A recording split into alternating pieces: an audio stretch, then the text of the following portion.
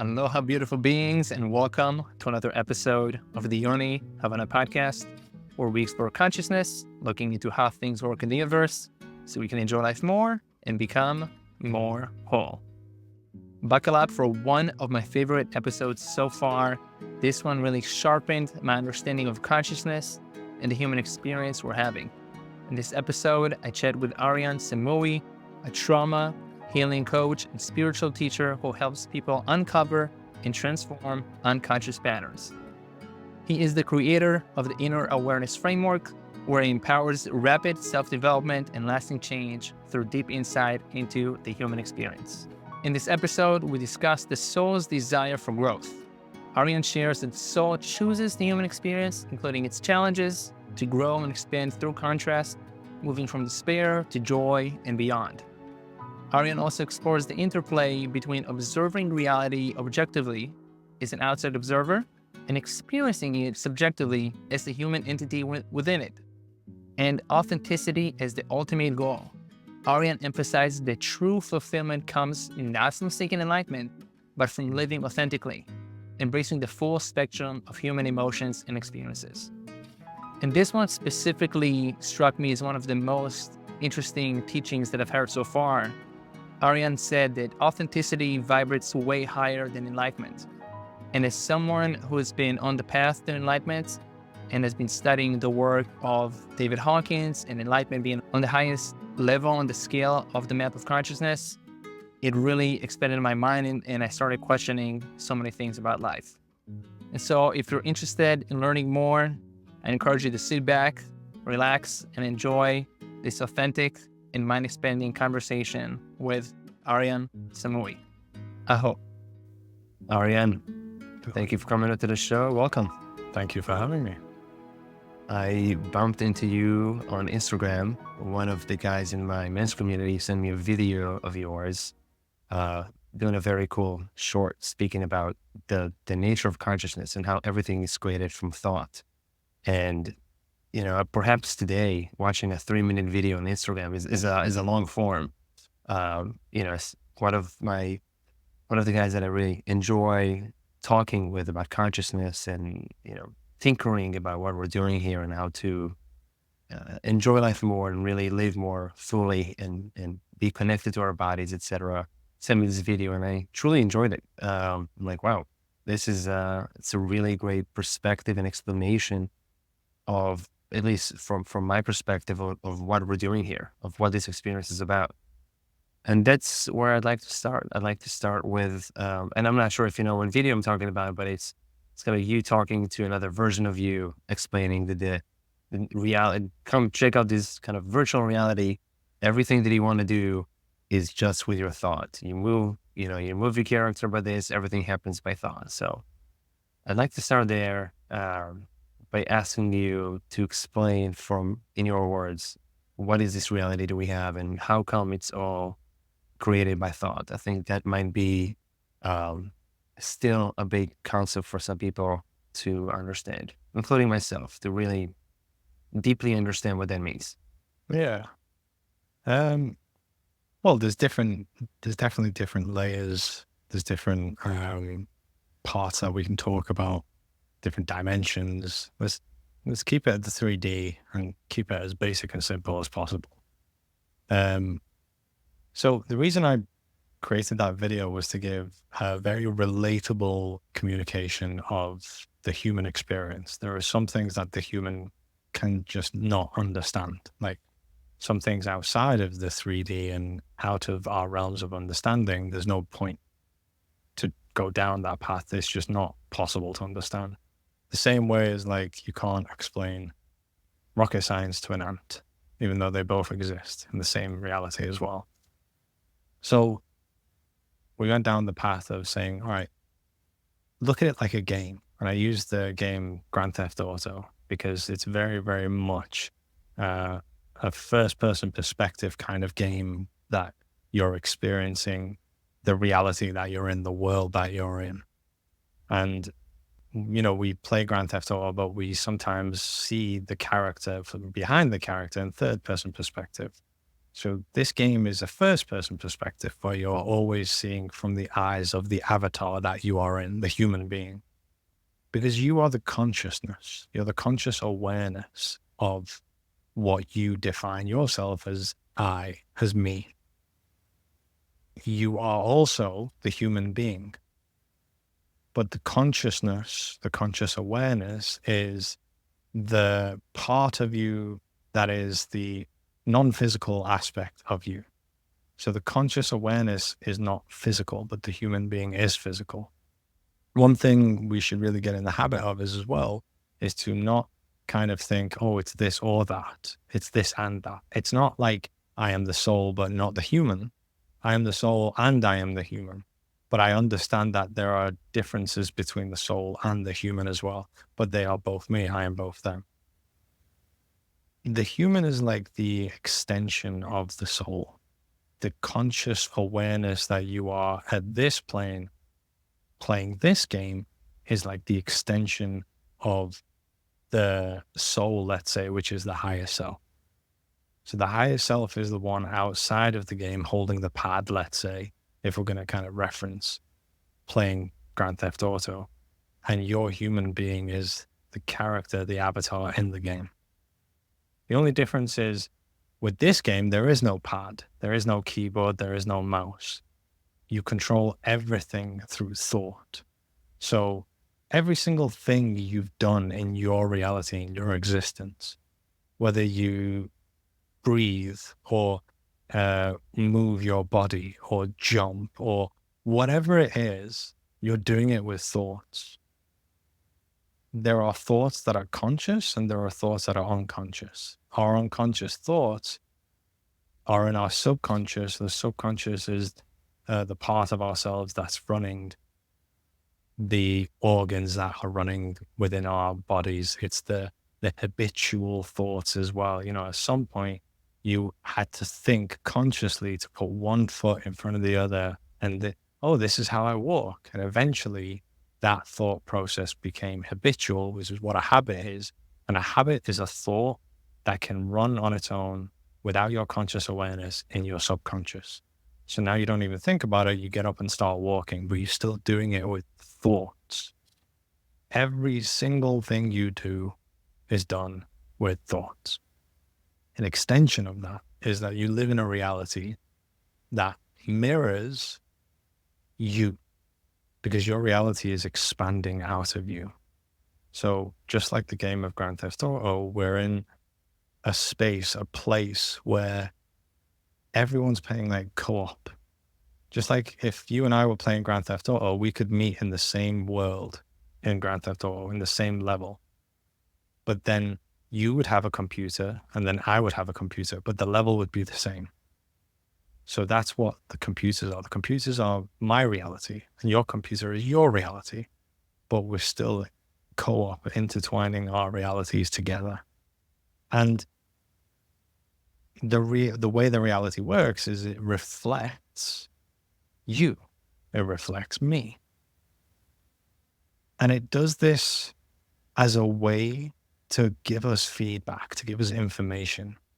You are the conscious driver, the conscious awareness in this reality, in your reality. And your entire reality manifests, or let's say renders or manifests in a way to continuously give you data, to continuously give you feedback about you, your internal world. How you speak to yourself is reflected to you. How you treat yourself is reflected to you. All of the parts of yourself that you're ignoring or aware of that have your limited beliefs, everything is being reflected to you. Now, it is correct to say that your thoughts create your reality. A thought that I think will then be mirrored to me, but it's not just a thought that I think. It makes more sense to say your beliefs are what's creating your reality. Your belief system uses thoughts. And then further than your beliefs, your knowing is what creates it. But whether you believe in something or know something, you're creating that belief, you're creating that knowing through thought. A thought isn't a neural pathway firing and wiring in your mind. If you think that same thought again, that same pathway gets stronger. And you think it again, it's stronger and stronger and stronger and stronger. And eventually it gets so strong that it moves into your subconscious and becomes a habitual thought. That habitual thought is a habit of thinking. That's what a belief is. It's a habitual thought. And then a knowing is an even more kind of like stronger, definitive habitual thought. So we have experiences in our lives where we give meaning to the situations that we've been in. All right, well, I was treated like this because it means that I'm not good enough. I was spoken to, I was rejected because it means I'm not good enough. And then eventually, just like every thought, every belief that's created, it's a thought. So me keep saying, I'm not good enough. This is because I'm not good enough. I'm not good enough. Eventually that becomes a belief. And that belief system grabs those thoughts and creates a reality and it mirrors back to you how you believe you're not good enough. And the way we do that is we will attract people into our lives that will mirror me believing I'm not good enough by them treating me like I'm not good enough. That's essentially the framework of how this entire reality works. But at the same way, we can do the opposite. If you have the belief that I am good enough, you can create the knowing that I am good enough, and your reality will mirror that to you. Then you will attract people into your life that will show you that you are good enough, because that's how you're treating yourself. That is how you're speaking to yourself, and your reality is a mirror of you. I love the way how you put it together. I do want to dive into a bit of the distinction between knowing and belief. You said knowing is more of a definitive belief. It's what I'm understanding. You defined belief as a habitual thought. So something that gets more ingrained is, that I'm thinking about it like a highway in the brain, right? There's more lanes in there. So what would be knowing? Would that just be a massive highway? How would you describe knowing? Well, you can't know something and believe it at the same time. You can't believe in what you know, and you can't know what you believe. You can, a belief still has doubt. So when it goes from a belief to a knowing is when there's no doubt. Even in the world of science, it's a theory. That's a belief. I believe this is what happens. And then when I prove it, I know this is what happens. So then it's not a theory anymore. It's not a belief. So do you think, take the world of science, for example, people think they know something, so they have no doubt, but as you described in another video of yours, there's a factual thing. They think that the sky is blue. That's it, there's no doubt, but then they realize that the sky is not blue. Well, this is very interesting, and this is where it gets a bit like, there's always room for you always need to leave room for the possibility that you're wrong. I never allow myself to definitively be like, that's what that is. Because I always leave, because then you're unable to grow. You cannot grow. If you go to I believe, or this is the way that it is 100%, then you won't have room to grow. But when we're talking about myself, again, we'll be like, okay, well, I know, and I found my worth. There was a moment, I can remember the day that I found my worth. Literally, the day that I first found my worth. I cried so much, and it was one of the biggest days of my life and something I'll never forget. But I still go through situations where parts of me come up that believe I'm not good enough. So even though I found my worth, if I didn't leave room for, even in when I'm talking about myself, to be like, well, there has to be room. I need to leave that room. I wouldn't be able to understand any other part of myself that would come up that wouldn't necessarily align with that knowing or belief. And it's the same thing, whether it's about myself or whether it's about, the piece of wood over there. Oh, I know it's this kind of wood. But at the same time, like, I'm also open to the possibility that it might be a different type of wood. But it's one of the things about when we converse as humans is that everyone's looking for a definitive answer. And we're looking for, oh, this is the way that it is. Not a lot of people are in the space of being open enough to be wrong, in terms of everyone believes that it's either this or that.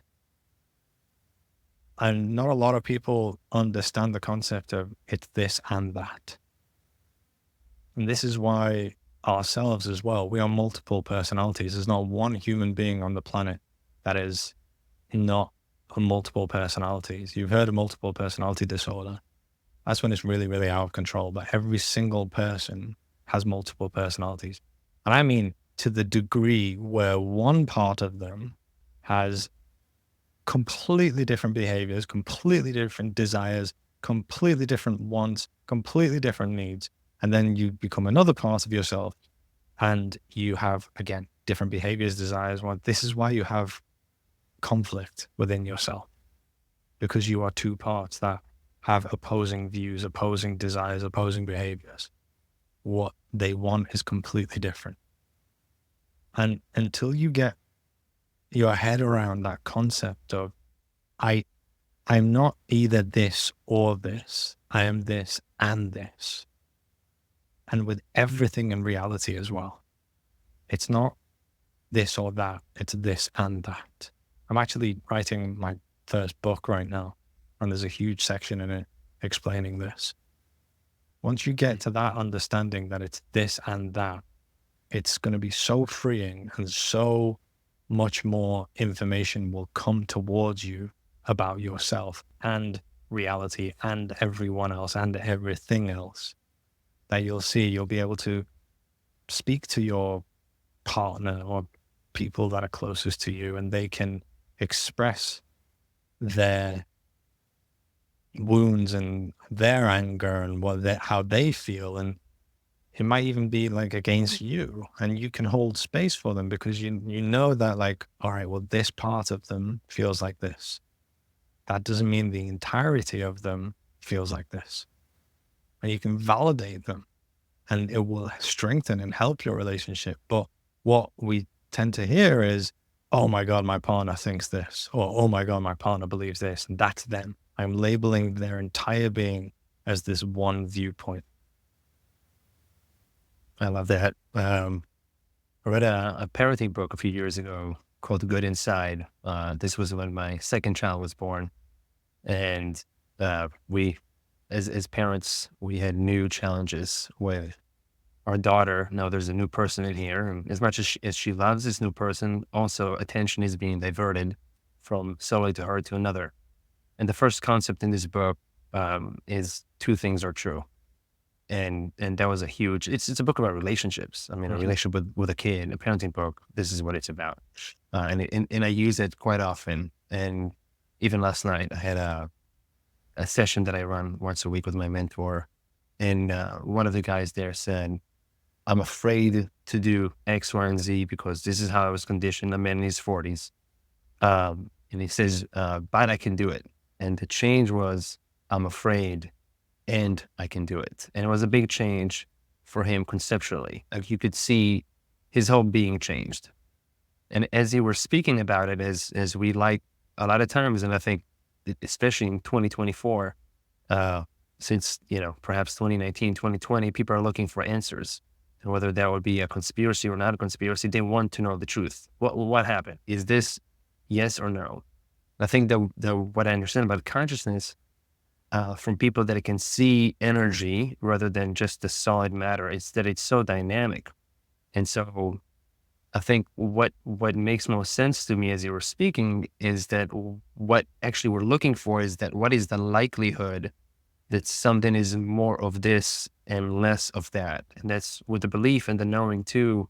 What I heard in my mind when he said knowing is a higher degree of belief with being open to being questioned. And the doubt would be, I just I don't have the confidence to say that it's 80% likely that this is the way it is, that it's 80% likely that trauma is stored in the body versus like, I don't know, versus another person that says, yes, it's only stored in the body.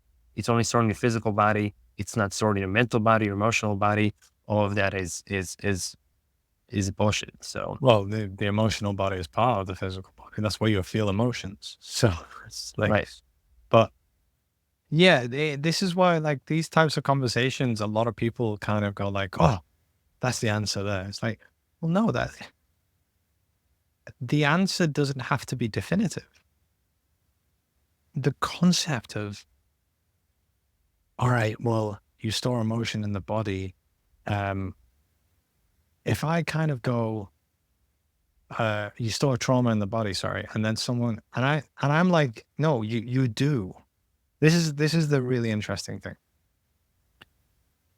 A lot of people are like, I'm not, I'm the soul. We are not this. This is not real. And it's like, no, it is. No, it really, really is at this level. So it really depends on what level you're talking about. And this is what people don't understand. It's this and that. Depending on what level you're talking about, depending on what it is that you're trying to refer, it's both. If you're outside of here, this isn't real. But in here, it is real. Because in here, you can't jump into the ocean and go, I'm going to be fine. I'm a soul having a temporary human experience. It's like, no, you're going to die. You can't breathe underwater. Like that's the reality of the where you are.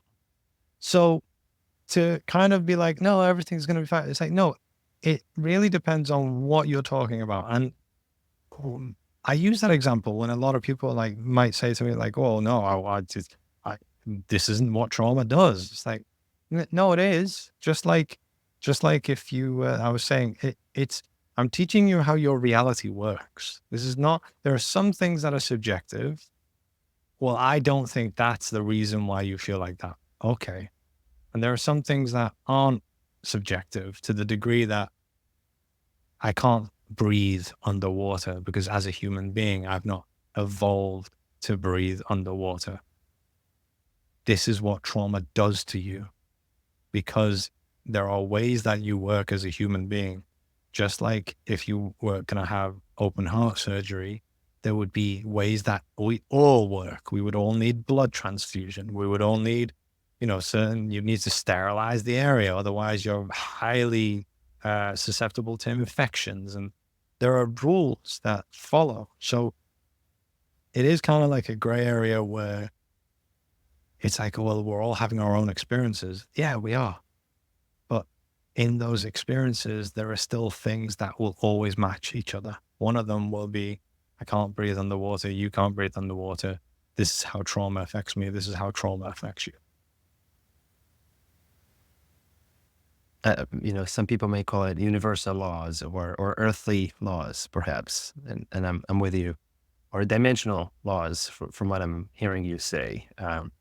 So yeah, I think there are some rules that apply to certain dimensions, and while we can have our attention in one dimension, and there is a physical body there, also doesn't negate there is a soul perhaps projecting itself to other beings in other dimensions simultaneously. So exactly, yeah, and the human being that you have here, this avatar, is its own entity as well. So it's literally its own entity. That's why you can feel things like when you're eating, it's a feedback. It's your stomach's like really going, oh, don't like this. The entity of your human going, stop putting this in me. I don't like it. When you get marks around your eyes, or because your cortisol levels are so high, because you're so highly stressed, or you're getting a little pooch belly or something, or something like that. These are all feedbacks. These are like, oh, just the same way as if I cut myself, it's going to bleed. And that's the feeling, the sensation of that is a feedback. Like everything is a feedback. It's a communication from your human being. And that's why sometimes your human being kind of just, it's like, well, if you keep treating me terribly, I don't want to be here. Manifests disease.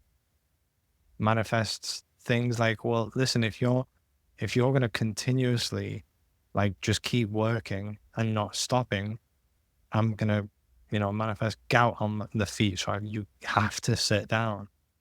I'm going to do things to you in order for you to start listening to me, because you're not listening to me.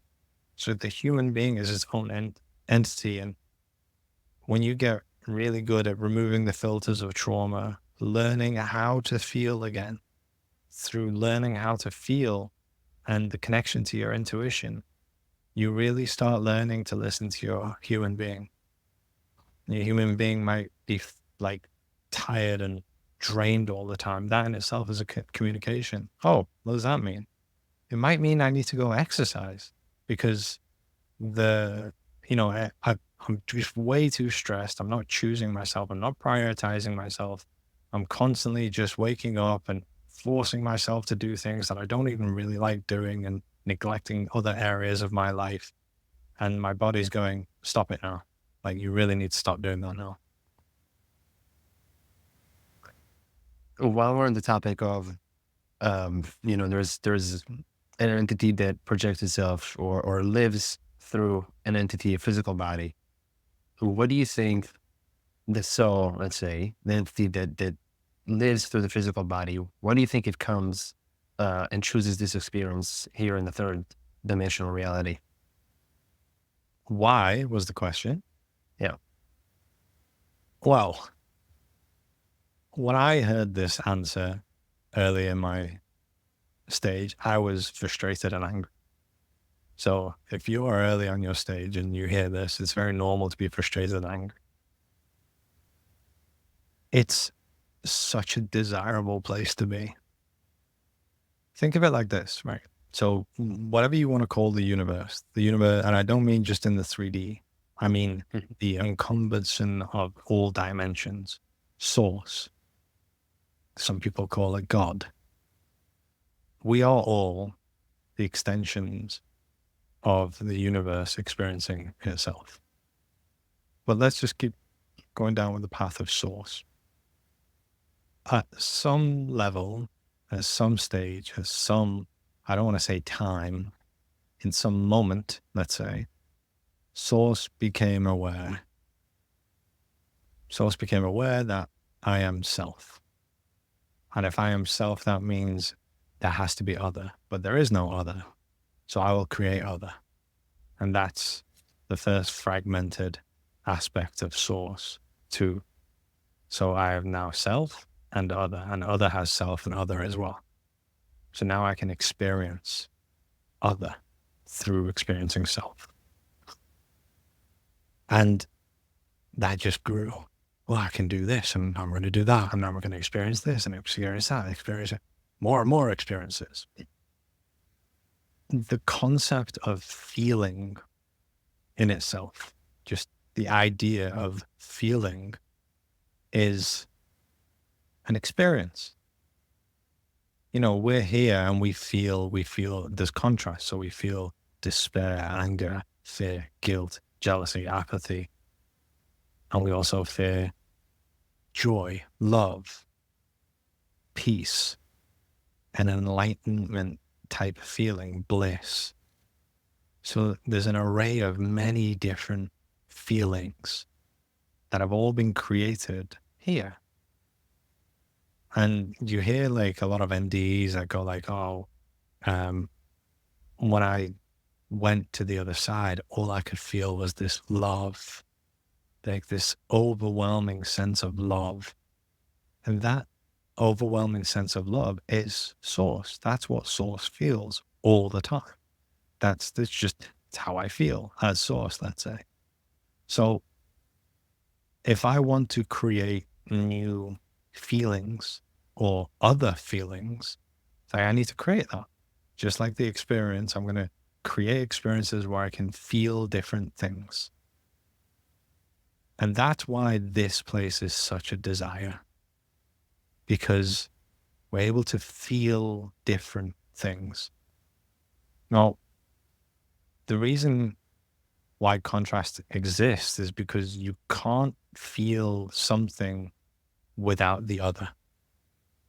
Like, if you were always feeling love, then you couldn't necessarily, like, it wouldn't be love. It would just be, oh, I'm just me.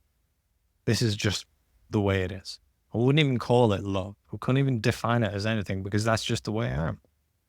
So in order to feel love, there has to be the opposite, whatever that is. And I'm not necessarily talking about the energetic of love, which the opposite is fear, but let's say anger.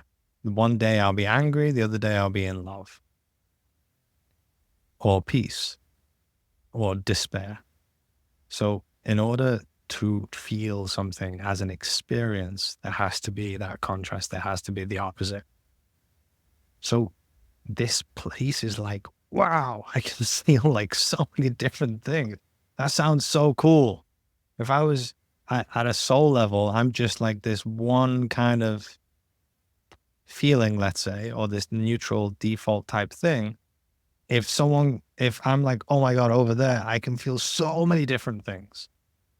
It's so desirable. And in order to grow, to expand, which is as a fragmented soul of source, which is what I want to do. I want to grow and I want to expand just the same way as you do, just the same way as every other person who's on this journey or who wants to grow is. In order to do that, I need to grow. Like, what does growing mean? Well, it means I have to start somewhere and I have to go towards something else. That's the whole essence of growth. I can't grow if I'm in the same place.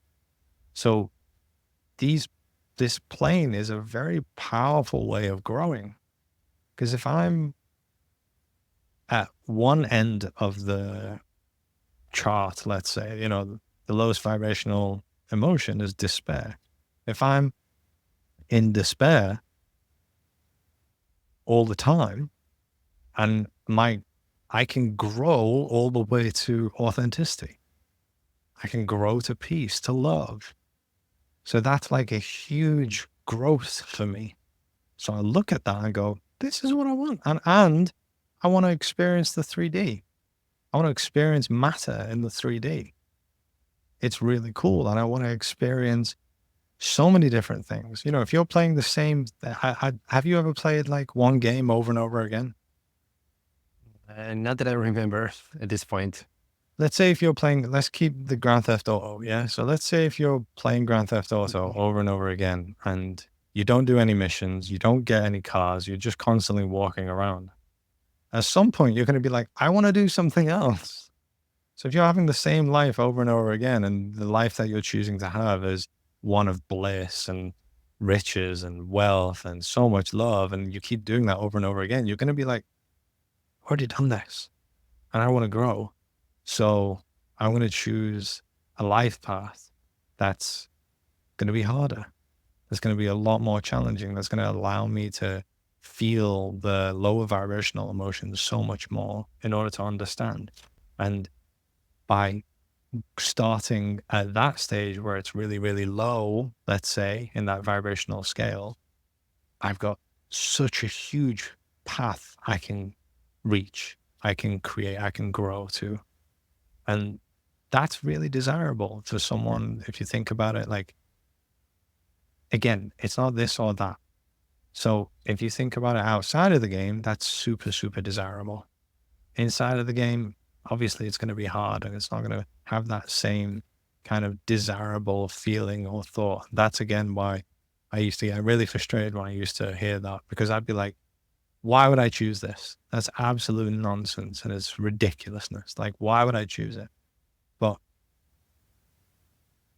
where I am now in my journey, I've managed to find approval for what I've been through because it's made me into who I am today. And I see how that's made me and I understand it. And one of the biggest forms of arriving at a place that everyone calls forgiveness is to find approval for. Are you familiar with the work of Dr. David Hawkins? Not really, no. Have you heard of the map of consciousness? I've heard of it, yes. Yeah. So he passed in 2012, and he created this map of consciousness that starts, as you describe, at the bottom of the ladder. I mean, there I think it's guilt or shame, and then it goes all the way up to enlightenment. And enlightenment has a big range, and it's on a logarithmic scale, which doesn't exactly work that way. It's an exponential change in Yes, I have actually. consciousness. I've Yeah. used that Yeah. example a few times in my videos, actually. So yes, I have. Right. Yeah. I speak about it quite often on this podcast, and in general, in the type of work that I'm doing. And what I've noticed is that I kept a narrower bandwidth of consciousness because I did not want to experience sadness and grief, and I was sheltered from it as a kid for the sake of safety. And that's what my parents thought was, the good thing to do, the right thing to do. And when I was willing and had the courage to really feel and be with this lower vibrations, and I think that's kind of, more in a factual way, this is just what they are, I was able to increase, the higher ones. Now, of course, a lot of people, and I think that's why, perhaps, as you said, your previous version of self who heard it in the beginning of the journey said, well, why would I want to do that? People experience the bliss, want to have more of the bliss. And of course, it feels good chemically in the body, the norepinephrine, the dopamine, the serotonin, oxytocin, all of these things feel really nice. And the despair and anguish and helplessness, I think that's what happens at some point. These entities that you speak about, these bodies, the egoic identities, they get exhausted from the lower vibrations.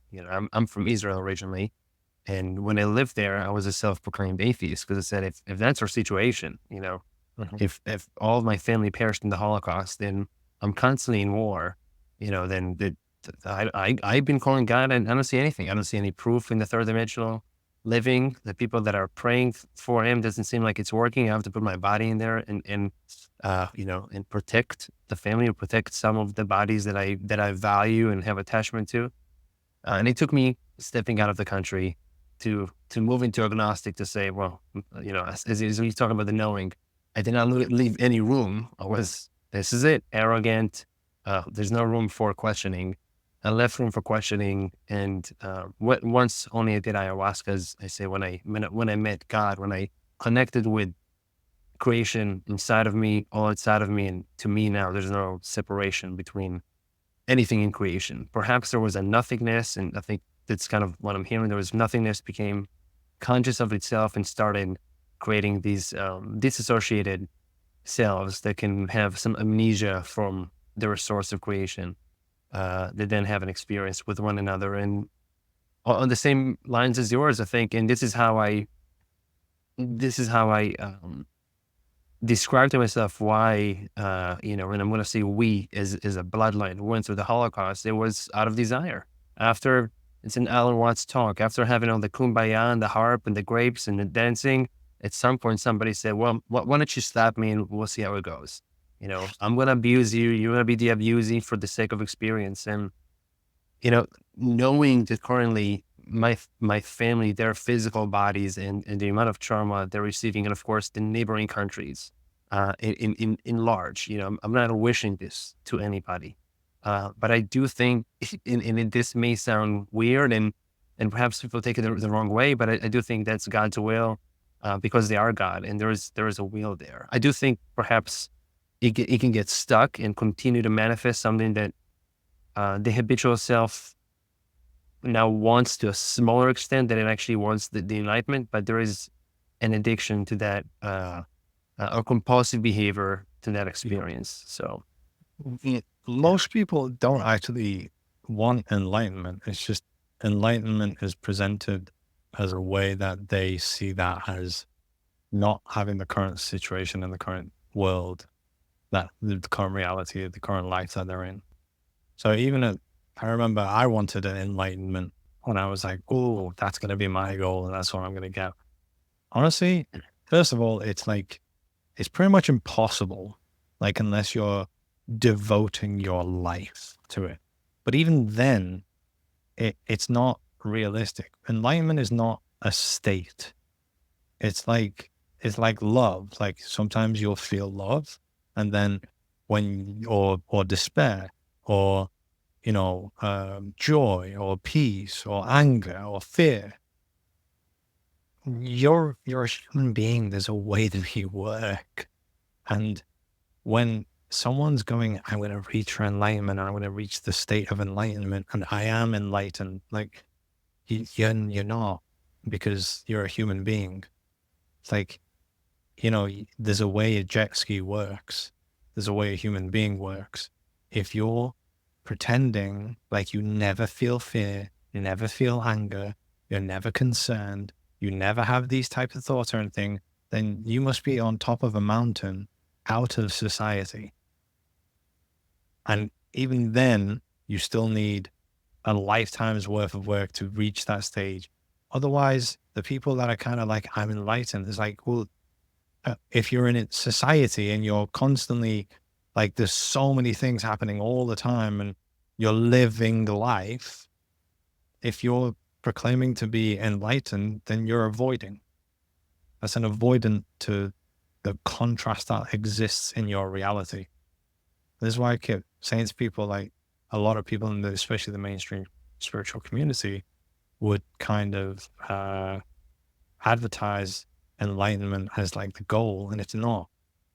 The goal is not enlightenment. The goal is authenticity. Authenticity actually vibrates at an astronomically higher frequency than enlightenment as well. So authenticity brings with it anger, shame, despair, frustration, struggle, resentment, joy, peace, love. I'm authentically being what I am, who I am in every single given situation. And that doesn't necessarily mean I'm going to say anything, I'm going to do anything, but what my thought pattern is, who I am internally, what my desires are, what path I'm going down, what I'm choosing. If that's all in alignment of my soul's choosing or desires, then I'm being authentic. And no one in the world can be authentic without doing the exploration. You cannot be authentic without self-awareness. Raising self-awareness is impossible. Otherwise, you can't tell the difference whether you're choosing something because it brings safety to your triggered wounds, or if it's what you actually want.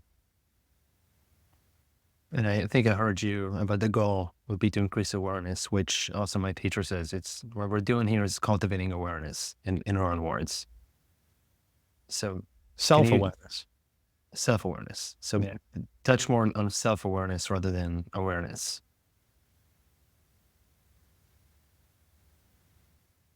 You are the conscious awareness of your consciousness. You are the awareness of your consciousness.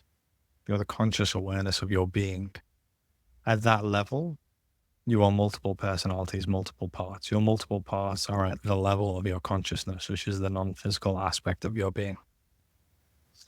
As a human being in this realm, in this stage, at this time, you have the ability to live either consciously or unconsciously. There's a lot of conscious awarenesses in the world that are living unconsciously. I always use the example of a lion. A lion is an animal just like a human being that has a conscious awareness. So the lion will know when a gazelle is going past. The lion will know, I need to get out of the sun because it's too hot. The lion will know when it's thirsty. But the lion is living unconsciously. When you live unconsciously, you're living in survival. You're adapting and reacting to your environment. This is why people that also live unconsciously, they're just reacting. This is what reactive mode is, survival mode. I'm just constantly reacting. To live consciously is my ability to question the self. That's the desire of consciously living. Now, if I'm questioning myself, that's the only way I can grow as a being. That's why people who live unconsciously cannot grow. Can't.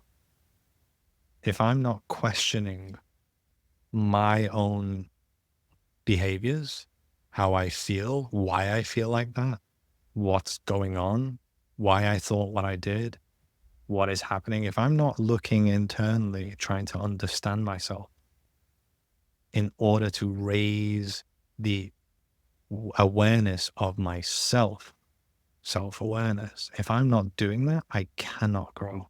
I cannot change. I will continuously always live unconsciously. And in survival, if I'm living unconsciously, I'm reacting to my environment just like the lion.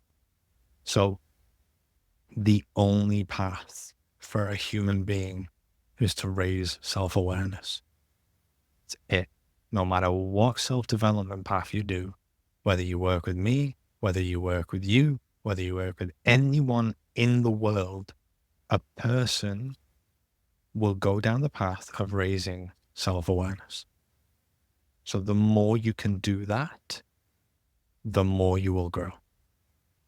The more you will be able to manifest the type of reality that you want, to create the type of life that you want, to attract the type of people that you want, is by raising your own self-awareness. That's why most of the things that I teach, most of the things that I put out there, courses or the community or anything like that, is about teaching people how to raise self-awareness. Because the more you become aware of yourself, you're also becoming more aware of what you are, what you're creating, who you are, your higher self, because your higher self is you. It's not this or that. It's this and that. You are you here and you are your higher self. So the more you become aware of yourself, you're becoming aware of your higher self, which is you.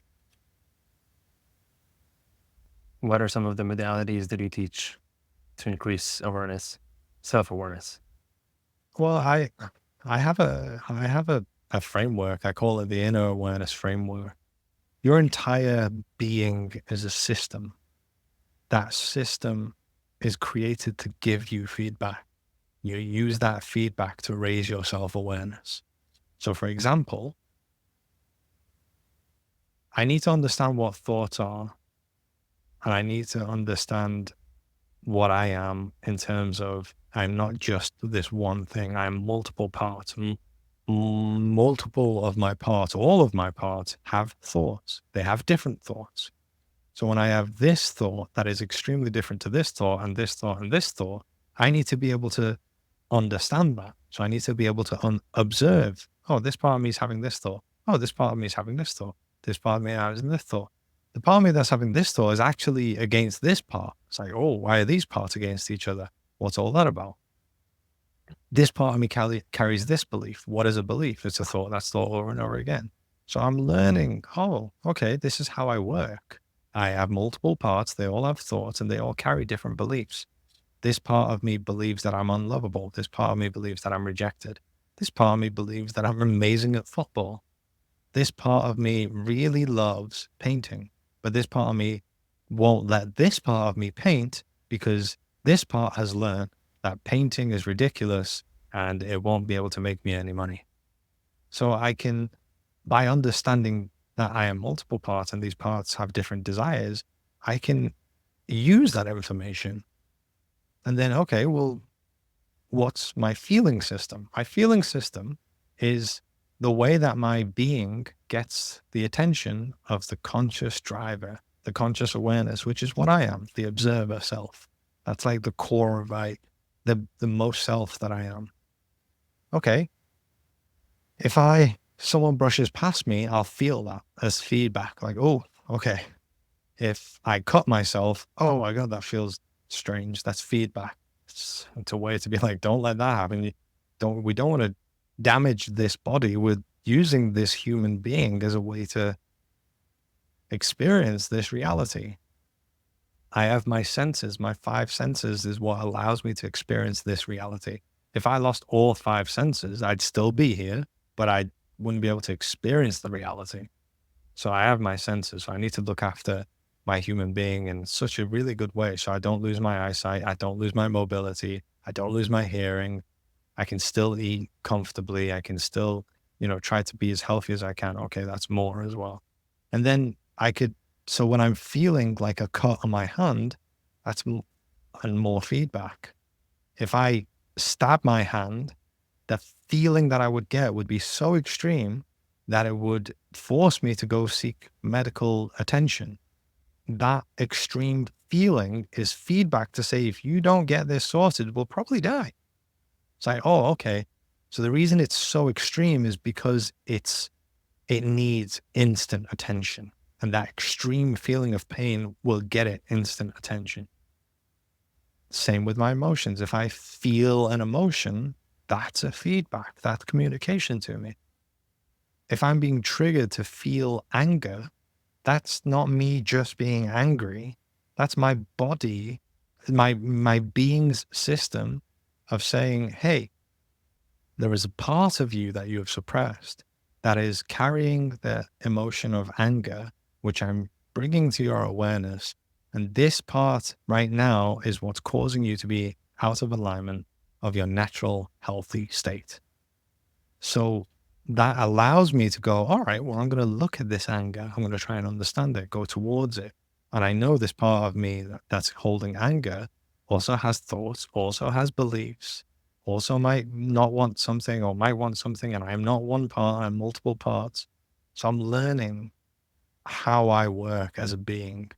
And by learning that framework, the reason I teach that framework is because it gives you everything you need in order to raise your self-awareness in the most powerful way to catapult you forward. And how there are tools we use. Okay, we can journal, we can, there are exercise sheets that I give as well to be like, okay, how do I challenge a belief without invalidating that part of myself? That's quite an interesting one in itself. I know that I don't want to believe that what I believe, but by ignoring it is not resolving it. It's trying to bulldoze it, and that won't work. That doesn't work. So how do I validate that part of myself, but still work towards changing that belief? Once you learn the framework of how you work as a conscious, emotional being, honestly, there's literally nothing stopping you. That's the reason why I've created the things that my inner awareness framework is, because it leads you, it can point you towards anything. It can be like, I want love in my life. All right. This is how you raise your awareness about that. I want wealth. Okay. Use the same framework. I want a new house, a new car. I want to go do this new job, do this. All right. Like literally everything is a feedback to the conscious driver. It's about learning how to understand that feedback and do what you need to do. Do you help people distinguish, if there's such a thing, between a desire of the soul or a desire of the egoic identity? Now, let's say, once again, they're interconnected, but a desire, let me rephrase, desire from a more of a wounded place, rather than a desire that is more for an authentic expression of the self. And I know there's some subjectivity in here, but. Well, your authentic desire is the desire of the soul. But in order to understand your authentic desire, you have to raise self-awareness. You have to understand. What I mean by that is, like, to be authentic is you can't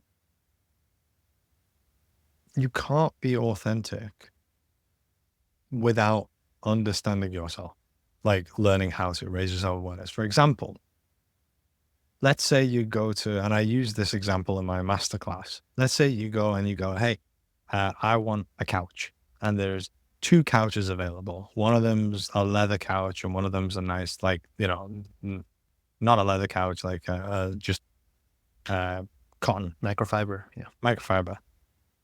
And then you look at the 2 couches, and you're feeling that I want to get the leather couch. And you're like, no, that's what I want.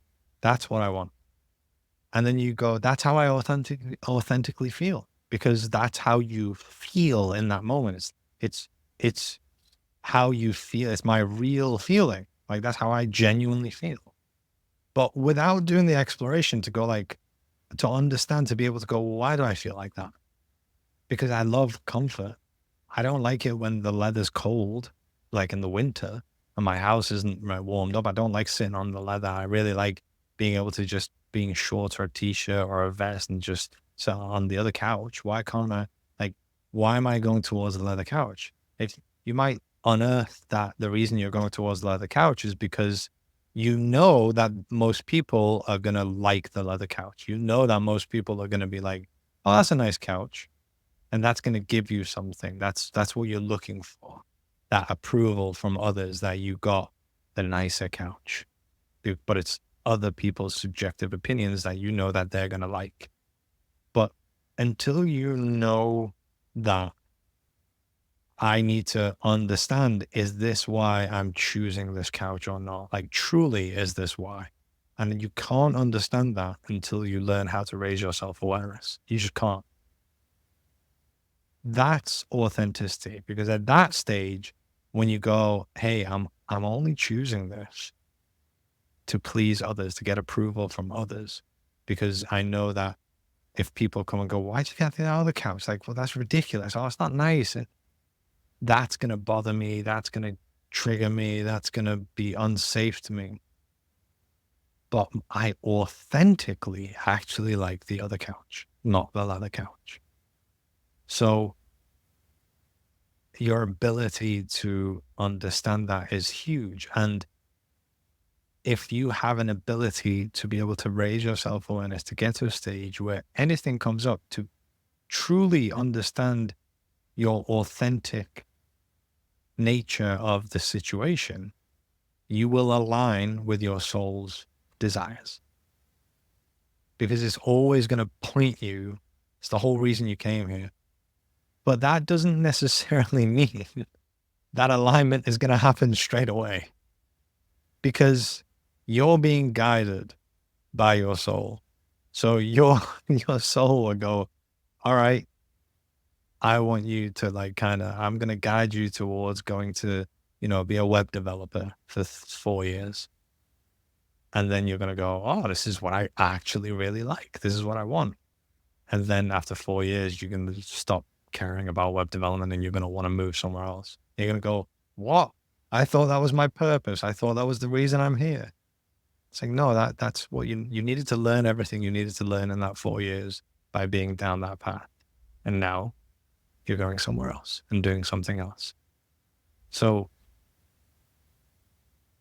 it's kind of like, a lot of people describe it as your higher self or your soul being at the top of the mountain and telling you to go left or right, telling you to go up, down, and then someone will be like, oh, that's it. That's my purpose. That's what I need to do right there. That's it. But then it changes further down the line. You're like, I thought that was my purpose. Like, no, not realistically. Like, your purpose kind of changes. Your path changes all the time. You might have like the same overall purpose, which is, it might be to serve. It might be to help people learn, help people to learn about themselves. But that can be done in so many different ways. It can be done you being completely off social media and faceless and building an app that everyone uses or something, or it could be you being in the limelight. So it's continuously kind of like changing. And the more you learn about yourself, the more you're connecting to your intuition, the more you're able to kind of understand, oh, I need to go here. And sometimes your soul kind of doesn't even tell you, because you have to learn yourself. The amount of times where I bashed my head against the wall, I'm like, what am I doing wrong? Like, what's going on? And it forced me to go, right, I need to grab this situation by the horns, and I need to try this and this. And I keep failing at this, I'm failing at that, I'm failing at that. And then at the end of it, I realized like, oh, you know what? I'm actually at a place now where I realize that I have so much more confidence in myself. And that's how I got confidence in myself, by failing constantly and, kind of being there for myself and knowing that I can figure out what I need to figure out. But if I didn't go through that, I wouldn't have had that skill, I wouldn't have had the growth, the strength that I do now.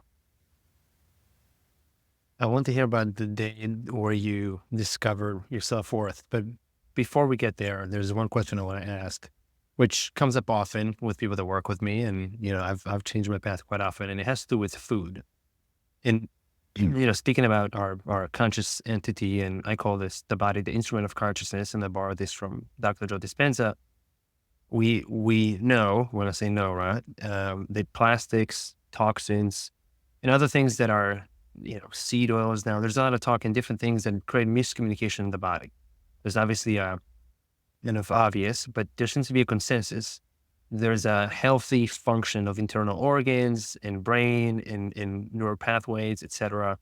And the question comes with people: do I eat meat? Do I eat dairy? Are those things in the way? Should I become a vegan? I'm wondering if you have any recommendations, wisdom to share, things that you're doing in terms of helping your body have healthy or productive, efficient communication for that goal of increasing awareness. Honestly, my advice on that would, you you can't give one answer for everyone. You really can't, because it's different and it's changed for me as well. Like right now, um, I wasn't eating red meat for a long time because I could tell my body was like, stop it. And every time I ate it, it was saying, nope, stop it. But now I just reintroduced it and my body likes it. And I stopped liking chicken. So I'm eating a lot less chicken. And I'm pretty much, I think I'm going to stop eating chicken at this stage. And Bashar says it best. He said it like it will change for what you need right now. Is whatever you need. Like whatever your diet is that you're recognizing you need is what you need right now. And that will change. Now, obviously, there are exceptions to be like, well, all right, do I need ultra processed, like really terrible kind of like McDonald's, KFC type foods? And it's like, no, but that's the same as saying like, if I stab myself and then, with a knife, it's going to hurt. So yes, there are obvious things, we wouldn't go eat rat poison, but in terms of dieting and what how you're treating your body and what you're putting in it, there is no one answer for everyone. For some people, it's like having the vegan diet really works for them. It really helps. For other people, they're not at that level. They're at a completely different level. It's not like a hierarchy thing. It's just a different stage, a different place. Like my body is really craving red meat right now. And I'm having it and it's really, really helping in so many ways. And there's so many people that are going on complete carnivore diets and they're getting huge, huge health benefits from it. So, yeah, and Bashar actually even goes further to talk about the understanding of the animal in terms of sacrifice. A lot of people talk about sacrifice, especially a lot of people that are toying with the idea of going on a vegan diet and they're like, I feel bad. And that's understandable, but it's not a lot that I necessarily know about. But from what I'm understanding is that there is an understanding, but I feel like that needs to be done in a more, let's say, respectful way. I definitely don't agree with the way that the systems of meat industry and everything is running in the world today is the right way to do things. I don't think that helps the people, the animals, or the world. But I would definitely, my advice for everyone would be to learn how to raise awareness, integrate, heal, to remove the filters in order to be able to understand and hear the communication of your body, which will take you towards what you need in that moment. Yeah, thank you for sharing that. I want to just share some reflections on what you said, and I think similar to what you said on the concept of here become a web developer for 4 years. I think that's what happens with nutrition. And the thing is with the couch too, if somebody's been a vegan for a long time and their friends are vegans or yogis, perhaps now they're gonna even though their body will tell them I need some meat, I gotta get some B12 or whatever they might be. I don't know the exact science, but I need some nutrients from meat.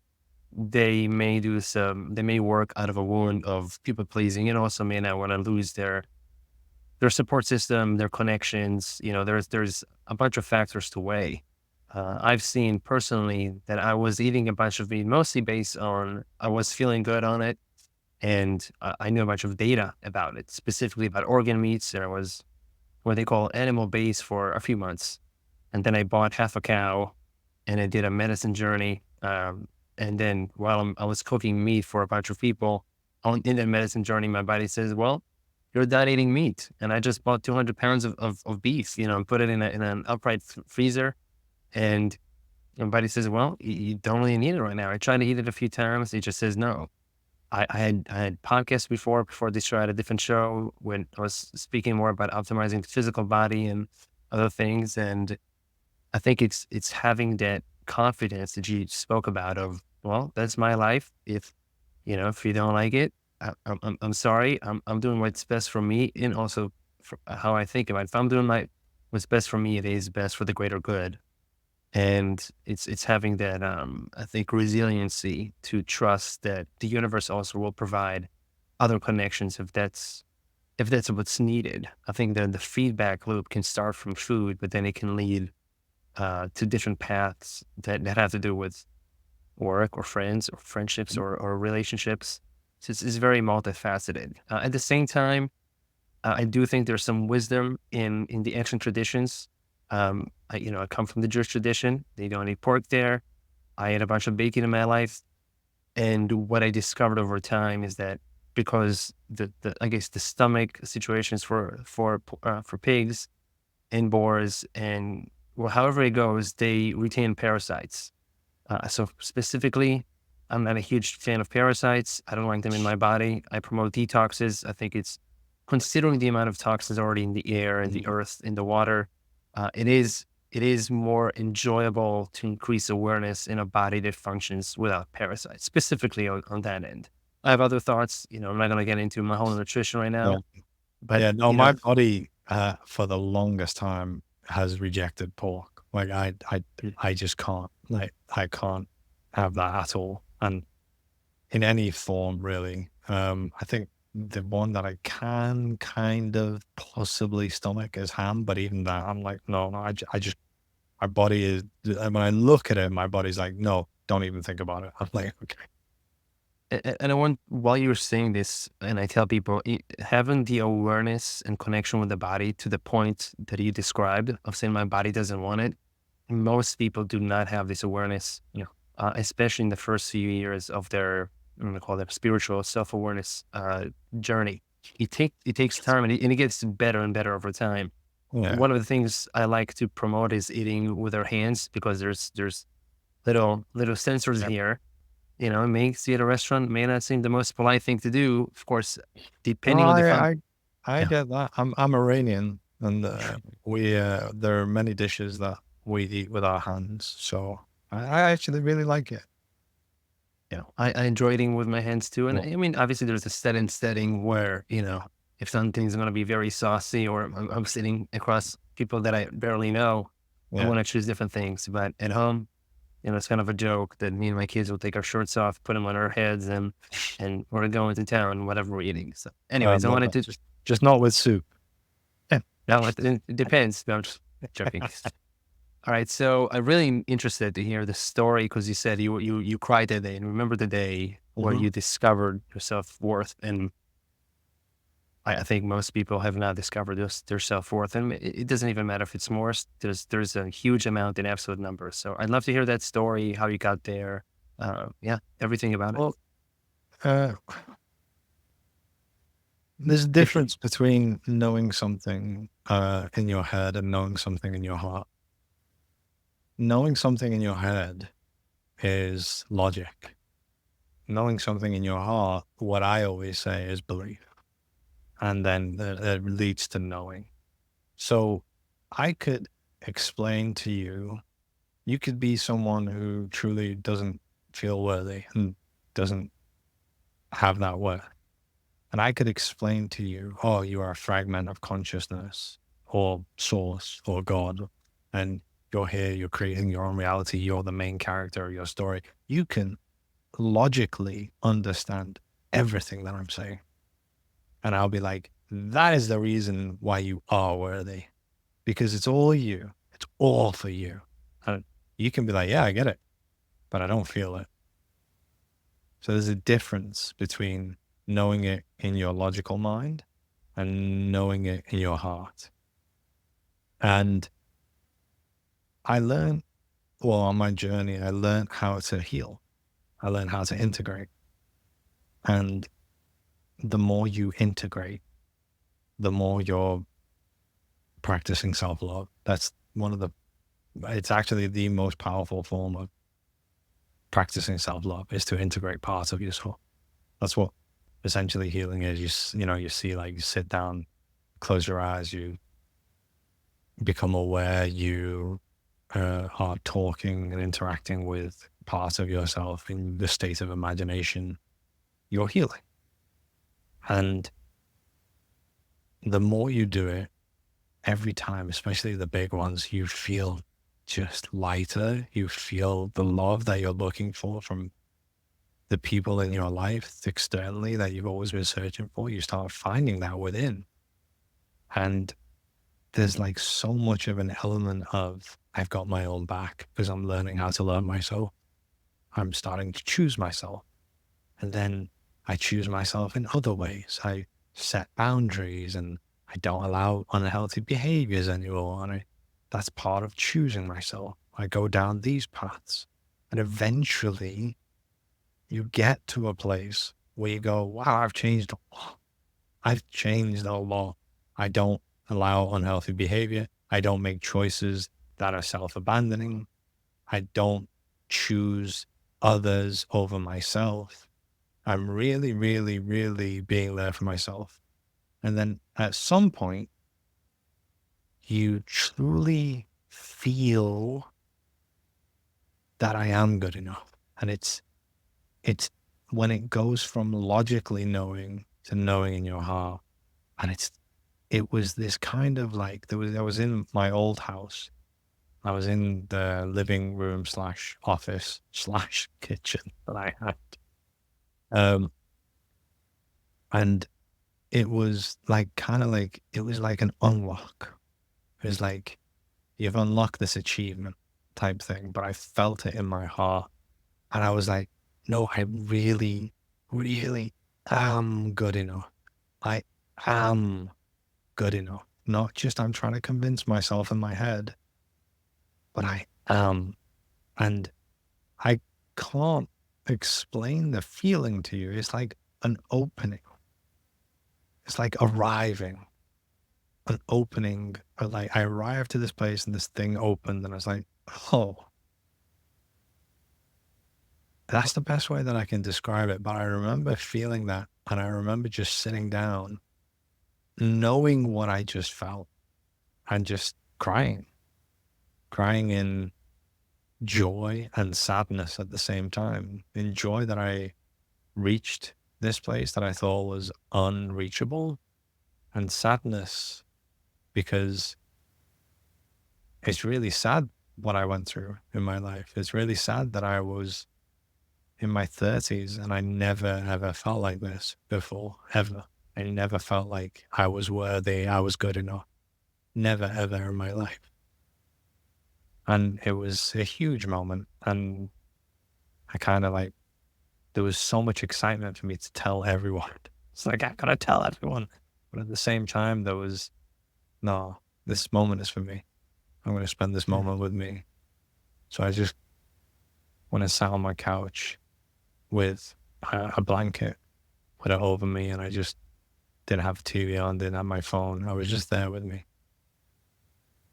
And I allowed myself to bathe in that feeling, because 30 plus years of pain, and then it's like, I'm going to release that pain right now. It was a huge release of pain, because let's say if you're at this level and this level's pain, when you go here, there's still pain, but the comparison of these two levels, you feel like so much pain has been released, which is again what happens in integration, that allowing to release the emotions, and then eventually you reach like peace, bliss. I just stayed in there for a while. And it was a huge lesson.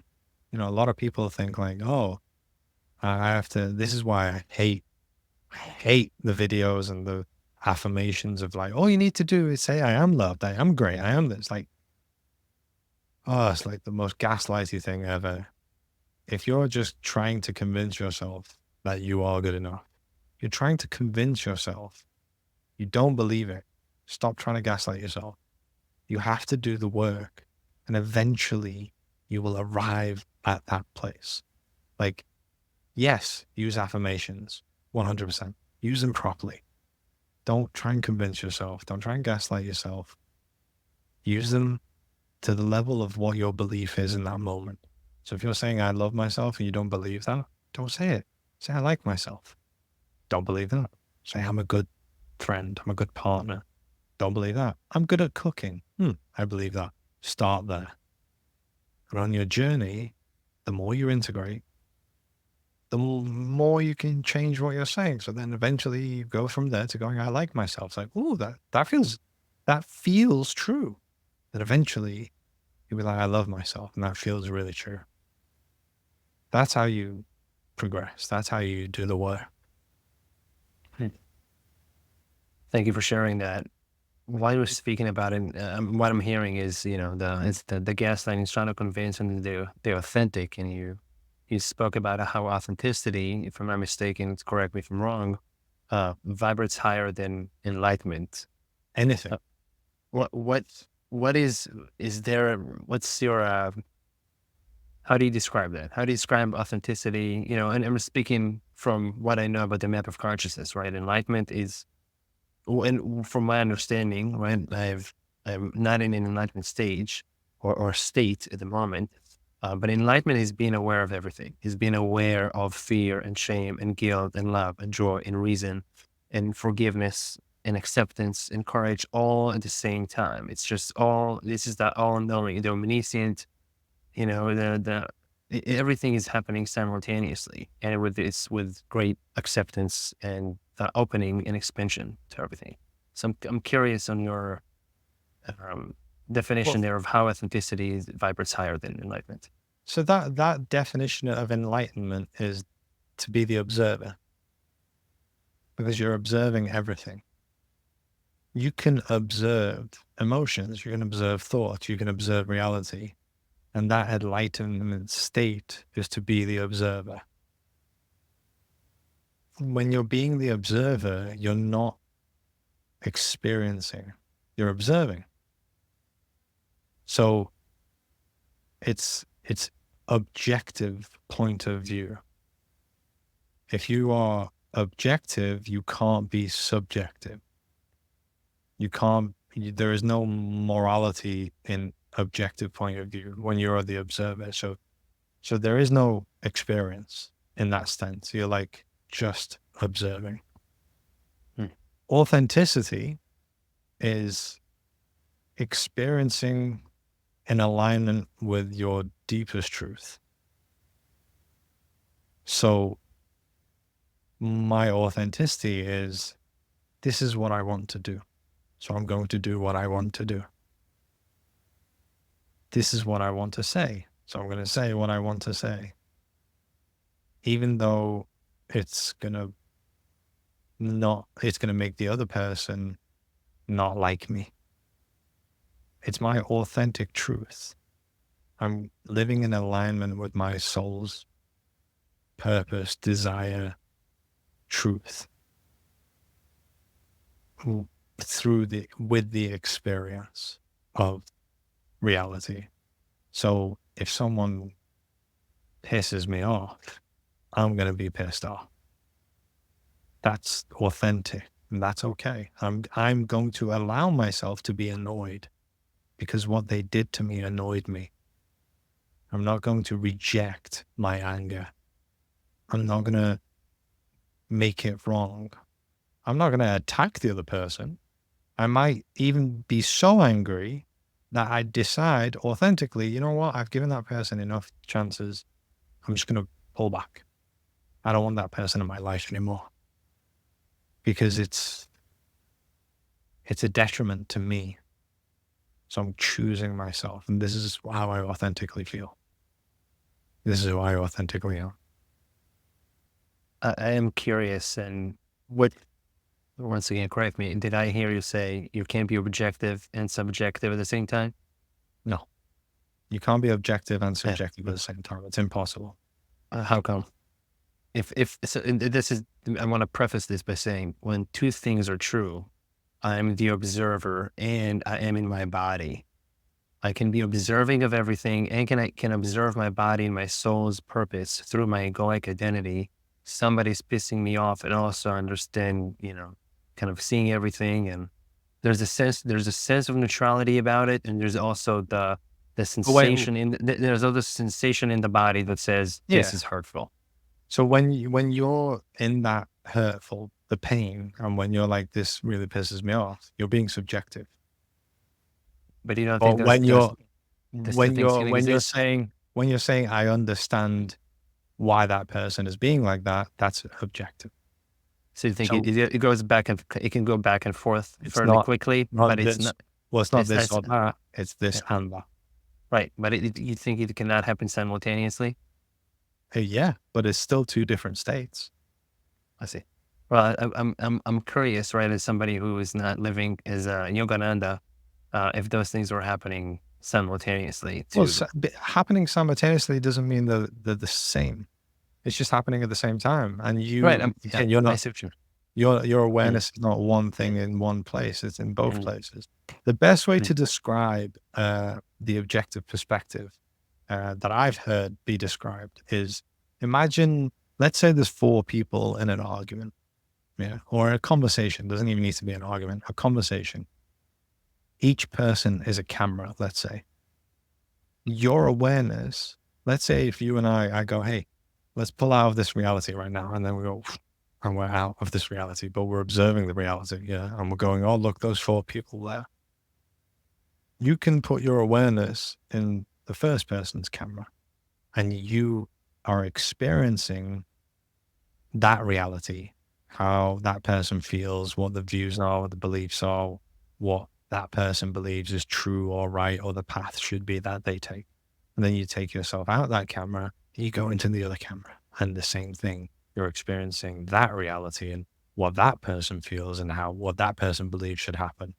And you can do that with every camera.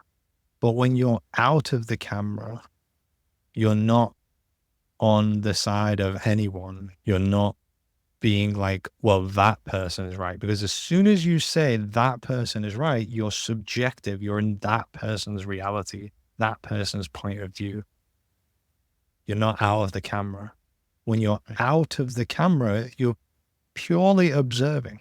You have no subjective kind of like thought or I believe that this, but that's what I'm saying. There's no morality in objectiveness. As soon as you become moral, you're being subjective. You're in that camera to be like, I believe that person's right. Or objectively, that person, like, no, at that stage, you're being subjective again. But as that conversation's happening, at the same time, you can also be objective, viewing and just observing.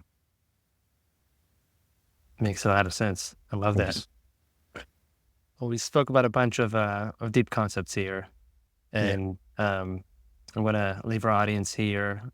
I think that's a good amount to contemplate and ponder on how they can increase their self-awareness and enjoy more of an authentic connection with their soul.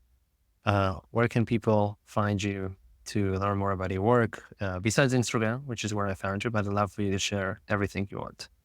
So pretty much on all social media platforms, my handle is my name, Arian Samui. But if you just Google my name, you'll see my website, and everything's on my website, all my social media, everything that I'm doing, what's available is on there as well. So that would be the best way.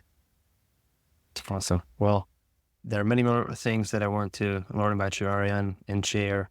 I'm going to leave it for another conversation, just in the sake of time. And yeah, thank you so much. Is there anything else you'd like to share before we close?